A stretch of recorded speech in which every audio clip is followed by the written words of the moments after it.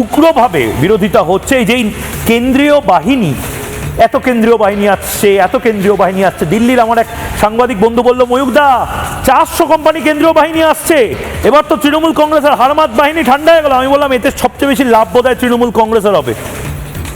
কেন্দ্রীয় বাহিনীদের জন্য বিভিন্ন ভিক্টোরিয়ার মোড়ে মোড়ে ঝুড়িভাজার দোকান, নিউ মার্কেটে শাড়ির দোকান, বিভিন্ন জেলায়, যে জেলায় শাড়ি ভালো, যে জেলায় আখ ভালো, জয়নগরের মোয়া ভালো, খেজুর গুড় ভালো, সে সমস্ত জায়গায় দোকানগুলোকে চিনিয়ে দেওয়ার কাজ বোধহয় তৃণমূল কংগ্রেস করবে এবং নিজেরা নির্বিঘ্নে গলিতে গলিতে রিগিংগুলো করে যেতে পারবে। এটা যদি চলতে থাকে তাহলে বন্ধ করতে হবে এই কেন্দ্রীয় বাহিনীর আসা। কারণ কেন্দ্রীয় বাহিনী এসেও যদি মেন রোড দিয়ে মার্চ পাস্ট করে বেরিয়ে যায় আর গলিতে গলিতে বোমা পড়ে, বিভিন্ন কাউন্টিং সেন্টারে 12টার পর থেকে যদি ঘাট ধাক্কা খেতে শুরু করে বিরোধীরা, তাহলে আর কেন্দ্রীয় বাহিনী এসে লাভটা কি?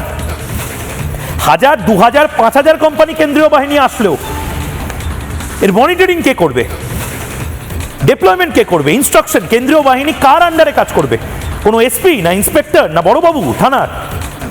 তারা তো তৃণমূল কংগ্রেসের হয়ে কাজ করবে বলে বারবার বলা হচ্ছে এবং এটা প্রশ্ন, এটা নিয়ে বড় ডিবেট হওয়া উচিত। ময়ূকের প্রশ্ন নেব, আপনারাও বলুন যে কেন্দ্রীয় বাহিনী কেন নির্দিষ্টভাবে কোনো রাজ্য পুলিশের আন্ডারে থাকবে? ভোটে কেন্দ্রীয় বাহিনী আর পুলিশের নির্দেশে কাজ করবে না। যদি এই প্রশ্নটা বড়ভাবে উত্তর পাওয়া যায়, অনেক কিছুর উত্তর পাওয়া যাবে। ভোটে কেন্দ্রীয় বাহিনী আর পুলিশের নির্দেশে কাজ করবে না, এরকম একটা সম্ভাবনার কথা অনেকে বলছেন। এবার কেন্দ্রীয় বাহিনীর যে নোডাল অফিসার, আইজি র্যাঙ্কের যে অফিসাররা আসছেন, তারাই নাকি এবার এই ইনস্ট্রাকশনগুলো বা কোথায় কে যাবে সেটা দিতে পারেন। সেটা দিলে মঙ্গল। তার কারণ যে হয়তো শীতলকুচির 3 নম্বর বাড়ির 4 নম্বর গলিটাই চেনে না, তাকে শীতলকুচির মেন রাস্তা বা স্টেট হাইওয়ের ওপর দিয়ে মার্চ পাস্ট করিয়ে আলাদা করে সুন্দর দেখতে একটা মার্চ পাস্টের দৃশ্য বা এরিয়া ডমিনেশনের দৃশ্য ছাড়া আর কোনো দৃশ্য রচনা হবে না।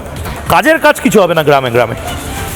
যেখানে 3 মিনিটে পৌঁছানো যায়, সেখানে 52 মিনিট পরে কেন্দ্রীয় বাহিনী এলে ভোট কিভাবে লুট হয়ে তারপরে মাংস ভাত খেয়ে ঘুমিয়ে পড়তে হয়, সেটা দেখা ছাড়া আর কোনো উপায় হবে না।